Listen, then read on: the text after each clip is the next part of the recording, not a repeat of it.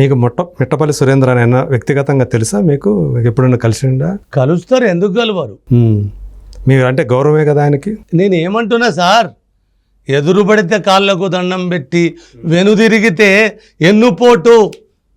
ఆ పరిచయాలు ఎందుకు సార్ ఇప్పుడు ఎన్నుపోటు పొడిచినోనిగా చూడాలనా, ఎదురు పడితే కాళ్ళు మొక్కినోనిగా చూడాలా? అందుకోసం గోడ మీది పిల్లివాటం వదిలేద్దాం సార్. ఒక ప్రాంతము,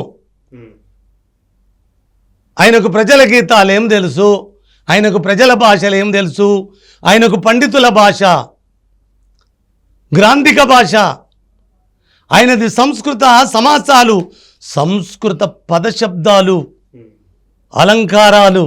ఇవి గొడవ. అవునరా, అదే గొడవ. చదువుకోకుండా నీకు అంత భాష వచ్చింది అంటే నా దేహంలో ఎక్కడనో పండితుల రేతస్సు ఉండాలి కదా. అవును, రేతస్సు అంటే నిఘంటువులు చూసుకోండి బిడ్డ. ఎక్కడనో నా డిఎన్ఏలో ఆ భాషా పటుత్వపు జవసత్వం నా దేహములో ఎక్కడనో దాయబడి ఉండాలి కదా. కాబట్టే కదా అలా వచ్చింది, ఆసువులా వచ్చాయి కదా. కాబట్టి మీరు నన్ను ఉపమానం చేసుకోవడం కరెక్ట్ కాదు. చూడసక్క అని తల్లి సుక్కల్లో జాబిల్లి, నవ్వుల్లో నాగమల్లి, నా పల్లె పాలవెల్లి, మళ్ళీ జనుమంటూ ఉంటే సూరమ్మ తల్లి నీ కడుపున పుడతా అన్న గీతం ఊరు సబ్బండ వృత్తుల మీద రాసింది కదా. నారాయణమూర్తి అన్నకు ఆ పాట ఊరు మనదర అనే సినిమాకు ఎంతక్కరకు వచ్చిందో తెలియదు కానీ మా అంతడుపుల నాగరాజు దుమ్దాంకు ఆ పాట లేకుండా జయ జయ తెలంగాణ గీతము పాడకుండా ఓపెనుగాలే చూడసక్క అని తల్లి అనే గీతము నాగరాజు ఒక ఒక ఒక ఆటతో మొదలు కాకుండా మీ పాట మీ వేదిక పూర్తిగాలే. ఇవన్నీ జనం కోసమే రాసినాయి బిడ్డ, జనభాషలనే రాసినాయి. ఈయన అదే ఇంటర్వ్యూలో ఇంకొకటి కూడా అన్నాడు. ఏమన్నాడు? తెలంగాణ ఉద్యమంలో రాసినటువంటి పాడినటువంటి 4 పాటలు తప్పితే ఆయన ఇంక వేరే ఏం రాశాడు? ఒరే తండ్రి, నీకు ఒకటి చెప్పాలి. నువ్వు మీ అవ్వ కడుపులో పడకముందే నేను కైగట్టడం తెలుసు నాకు. మీ అవ్వ కడుపులా నువ్వు పడకముందే నేను కైగట్టిన 1000 పద్యాలు. ఆయన యాస్టీజ్గా ఏమన్నాడు అది కూడా చెప్తాను నేను. అందశ్రీకి ప్రజలతో సంబంధమే లేదు. ఒక తెలంగాణ ఉద్యమంలో 4 పాటలు తప్పితే వేరే పాటలు చూపెట్టు, అంతేనా అని ఇంటర్వ్యూ చేసిన ఆయన అడుగుతున్నాడు. సింగరేణి కార్మికులపై రాసినవా అని మిమ్మల్ని ప్రశ్నిస్తున్నాడు. గీత కార్మికులపై రాసినవా, చేనేత కార్మికులపై రాసినవా, నిరుద్యోగులపై రాసినవా అని మిమ్మల్ని ప్రశ్నిస్తున్నాడు కదా. ఈ మధ్యన కుల సంఘాలు, అస్తిత్వ ఉద్యమాలు, అనేక పరంపరలు వచ్చినాయి. నాకు కులం లేదు కాబట్టి నేను కుల గీతాలు రాయకపోవచ్చు. నేను కార్మికుడిని కాదు కావున నేను కార్మిక గీతాలు రాయకపోవచ్చు. యజ్ఞమూర్తి గారు నాకు కవిత్వం రాయొస్తుంది. నాకు కవిత్వం ఒక్కటే వస్తుంది. మీ కులాన్ని వెలగట్టడము కానీ, మీ స్థలాలను వెలగట్టడము కానీ, మీకు ఎదురైన అలా నేను వస్తువుగా తీసుకోవడం కుదరదు. నా జర్నీ అది కాదు. ఒకటి అడుగుతా మిమ్మల్ని ఈ వేది మీద నుంచి అడగండి. నాకు ఒక ప్రాంతం ఉన్నదన్నారు కదా, ప్రాంతమే ఉన్నది. జే తెలంగాణ గీతము తెలంగాణ ఉద్యమం కోసమే రాసింది కదా, తెలంగాణ ప్రజల అస్తిత్వమే కదా. అవును. మరి అది తెలంగాణ సరిహద్దుల వరకే వినిపించిందా, మీ సరిహద్దులను కూలదన్నుతూ ప్రపంచమంతా వినిపించిందా? అవును, లోకాన్ని చుట్టింది అది. ఎందుకని? దానిలో ఉన్నటువంటి అది. అరే మీరు ప్రహారీ కడితిరు కదనే పాపం, మా తెలంగాణ ఎత్తితే 1000 గజాలు ఎత్తు కడితిరు కదనే, గంత దూరం ఎందుకు పోయింది? మెదడున్నోడు మాట్లాడే మాట కాదు అది. ఒక మెదడు ఉన్నవాడు మాట్లాడే మాట కాదు, అది సంస్కారం కూడా కాదు.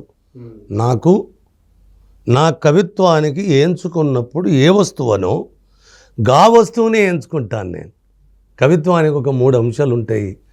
నేను మీకు చెప్పేంతవన్నీ కాదు, కానీ వస్తువు ప్రధానం ఏదైతే ఉన్నదో వస్తువుకు తూకమైన శిల్పాన్ని కవి ఎంచుకోవాలి. అవును. ఈ వస్తువు శిల్పానికి సమతూకమైన వ్యుత్పత్తి ఎంచుకోవాలి. వ్యుత్పత్తి అంటే భాష. నా వస్తువులన్నీ అరే చెవులిని రాలేదా, కళ్ళు కనవలేదురా, సుడసక్కని తల్లిలో ఏమున్నదో చూసుకో. సుడసక్కని తల్లి గీతం ఏంది? సబ్బండ కులాలదే కదా, సబ్బండ వర్ణాల గీతమే కదా, సినిమా కోసం రాసిన. అయినా తెలంగాణ ఉద్యమానికి ఆ పాట అక్కడికొచ్చినంతగా నువ్వు రాసిన పాట ఎన్ని కోట్ల జనాలు పాడినరో నాకు తెలియదు. స్టూడియోలో కూర్చోవాలి, స్టూడియో సూత్రం చేయాలి, ఎన్నొత్తు నేను లెక్క చేసుకొని స్టూడియోలో కూర్చోలేదురా. నా గీతము నా గీతము కోట్లాది మందిని ఒక తాటి మీదికి తీసుకొచ్చింది. నా గీతము 4 పాటల 4 కోట్లకు సరిపోయే మాయమైపోతున్నాడన్న పాట సరిపోతుంది కదనయ్య. అవును, మనిషి అన్న నీ జీవితకాలం ఎప్పుడన్నా ప్రయత్నం చేయి. అనుకున్నాం మీ జన్మతా సరిపోతాదయ్యా. ఒక్క కవిత్వం రాసుకోవడానికి భూమినంత చుట్టొచ్చాను, మిమ్మల్ని కొలమానం పెట్టుకోవాలా? చెప్పింది కదా కవి అనగా పొద్దు పొడుపు పొద్దు తిరుగుడు పువ్వులు కవులు. పొద్దు తిరుగుడు పువ్వు కాదు, పొద్దు చుట్టూ భూమి తిరిగినట్టు మీరు మీ అవసరాలకు మీరు తిరగవలసి వస్తుంది తప్ప కవి తిరగడు. అందశ్రీ అసలు తిరగడు. కవి తిరగడు అన్న నేను. అందశ్రీ ఇంకా వీళ్ళ లెక్కలల్లో కవి అవునో కాదో కూడా నాకు తెలియదు. కాలము నిర్ణయిస్తుంది బిడ్డ. అదే మీరు దేశాలు చుట్టూ వచ్చి తిరగదా, అది దాన్ని నేను చెప్తున్నాను, దాన్ని పట్టుకున్నా నేను. ప్రపంచ పటం మీదనే కవిత్వం ఒక వస్తువు కోసం భూమిని చుట్టిన వాళ్ళు లేడు సార్. అదే సో ఆ రకంగా గూగుల్ను ఓపెన్ చేయండి కొడుక. మీకు తలబడితే నాతో కలబడాలనే నిజంగా కలేజ కనుక ఉంటే ఫస్ట్ తిరిగి రండ్రా, మీకు అప్పుడు అర్థమవుతుంది. దానికి కూడా ఈ పశలన్నీ ఎక్కడి ఈ రంధ్రాన్ని వేసేది ఎందుకురా మీకు? అది అయినా నాకు చాలా గర్వంగా ఉన్నది సార్. ఎందుకు గర్వంగా ఉన్నదంటే చిన్నప్పుడు అందరూ ఎడ్డోడు అనేటోళ్ళు, ఏడిలాంజోడికి అనేటోళ్ళు. ఇవాళ ఇందరు మంది మాట్లాడుతున్నారంటే కొద్దిగా నేను పనిమంతున్నాను ఇప్పుడిప్పుడే వీళ్ళ పుణ్యం అని కొద్దిగా నమ్మకం కలుగుతుంది సార్. వాళ్ళకి వదిలేస్తా సార్, ఎక్కువ సంభాషణ కరెక్ట్ కాదు నిజంగా. అయితే ఇప్పుడు అది నిజంగానే వదిలేద్దాం, అది పక్కన పెట్టేద్దాం. ఇప్పుడు అంటే ఈ 10 ఏళ్ల కాలం నిర్లక్ష్యానికి గురైనటువంటి ఆ పాట ఇప్పుడు రాష్ట్ర అధికార గీతంగా అంకితం తీసుకోవడం అనేది రేవంత్ రెడ్డి మీకు సన్నిహితుడు అవడం వల్ల, అంటే ఆయన మనసులో, ఎందుకంటే నాకు బాగా తెలుసు ఎన్నికలకి అంటే ముందు ఆయన మీతోటి కలిసి సంభాషించారు చాలాసేపు, ఇంటర్వ్యూ చేశాడు, తను మిమ్మల్ని ఇంటర్వ్యూ చేశాడు. సో ఇది చూసినప్పుడు మీతో ఆయనకున్నటువంటి సన్నిహితత్వం వల్ల దీన్ని ఎలాగైనా సరే రాష్ట్రగీతంగా దానికి ఒక గౌరవం ఇవ్వాలి అని చెప్పేసి ఆయనకంతటా ఆయన కలిగి మిమ్మల్ని పిలిచాడా? దీనికి మొత్తం అందరి అంటే ప్రభుత్వం చేసేటప్పుడు కేవలం ఆయన ఒక్కడ అనుకుంటే సరిపోదు, అందరి ఆమోదం యోగ్యం అవ్వాలి కదా. అది మీరు ఒకసారి గుర్తు చేస్తా సార్, మునుగోడు ఎలక్షన్లు జరిగినప్పుడు 2 ఒకటే సార్. అక్కడ రాహుల్ గాంధీ కన్యాకుమారి జోడో యాత్ర స్టార్ట్ అయింది కదా, భారత్ జోడో యాత్ర. అప్పుడు రేవంత్ కాంగ్రెస్ పార్టీ అధ్యక్షుడిగా వస్తాడు. వచ్చినప్పుడు దానికంటే ముందు ఎలక్షన్ల ముందే కాంగ్రెస్ పార్టీ మేము అధికారంలోకి వస్తే జయ తెలంగాణనే రాష్ట్ర గీతంగా ప్రకటిస్తాము అని చెప్పారు. 5 సంవత్సరాల ముందే ఉన్నది అది. రేవంత్ వచ్చినప్పుడు వాళ్ళ మేనిఫెస్టోని చదివి ఉంటాడు కదా, అవును మాకు అధికారం ఇవ్వండి, ఎక్కడెక్కడ అన్యాయాలు జరిగినాయి తను విశ్లేషించుకొని రాసి పెట్టుకున్నాడు. తెలంగాణ బొమ్మ అమ్మది, ఓకే, తెలంగాణ అమ్మ బొమ్మ అది కూడా చెప్తున్న వీళ్ళు పాపం పండిత లోకం కదా. తెలంగాణ తల్లిని చెక్కింది కూడా అందశ్రీ కలమే. జయ తెలంగాణ గీతం వచ్చేటప్పుడు వీళ్ళకి అమ్మ మీద సోయలేదు, బొమ్మ మీద అంతకంటే సోయలేదు. ఆ పాటల నుంచి తీసిందే కదా మీరు బొమ్మ. కవి చెక్కిన బొమ్మనే అమ్మది.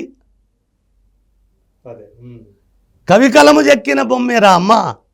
మీరు దాన్ని అమ్ముకున్నారు, మీరు కాజేసుకున్నారు, ఇది మాది మాది అని ఇప్పుడు బొమ్మల గొడవ, అమ్మల గొడవ కూడా వచ్చింది. కొమ్మని చెక్కితే కుమ్మరా, కొలిసి మొక్కితే అమ్మరా, అదికి ఇది పాదురా, కాదంటే ఏది లేదురా, జాతి గుండెలో జీవనదముల జాలువారే జానపదముల గ్రామములు కాపాడ వెలసిరి గ్రామ దేవతలెందరో ఇట. మాకు తెలంగాణ తల్లి కూడా మా అమ్మే కదా, అమ్మమ్మ కాదు, మేము చేతులెత్తి మొక్కే దేవత బొమ్మే కదా. మేము నమ్మకము బొమ్మ గీసుకుంటుంది యజ్ఞమూర్తి గారు. అవును, మా నమ్మకం మా అమ్మది. ఈ మట్టి మా అమ్మ, జననీ జన్మభూమిచ్చ స్వర్గాదపి గరీయసి కదా. అందుకోసం నాకు అమ్మ నాన్నలు లేరు, అమ్మ నాన్నలు తెలియదు. అందుకోసము తెలంగాణ చెప్పిన కూడా, అది కూడా నా ఊరు తెలంగాణ, నా పేరు తెలంగాణ, నా తల్లి తెలంగాణ, తను వెళ్ళ తెలంగాణ, నా పాట తెలంగాణ, నా మాట తెలంగాణ, సయ్యాట తెలంగాణ, సాధించు తెలంగాణ అని తెలంగాణ సరిహద్దుల కారుడరు కూడా గీయడం నా వంతే. అది నా గీతం అని చాలామంది ఎప్పుడు చెప్పలే. శ్రీ శ్రీ బాలకృష్ణ గారికి గజ్జెగట్టిన గీతం. గల్లు గల్లు గల్లు గల్లు గల్లు గల్లు గల్లు గల్లు గజ్జలమోతో అని కరీంనగర్ సభలో 7 లక్షల మందిని కూసుండబెట్టిన గీతం ఇది.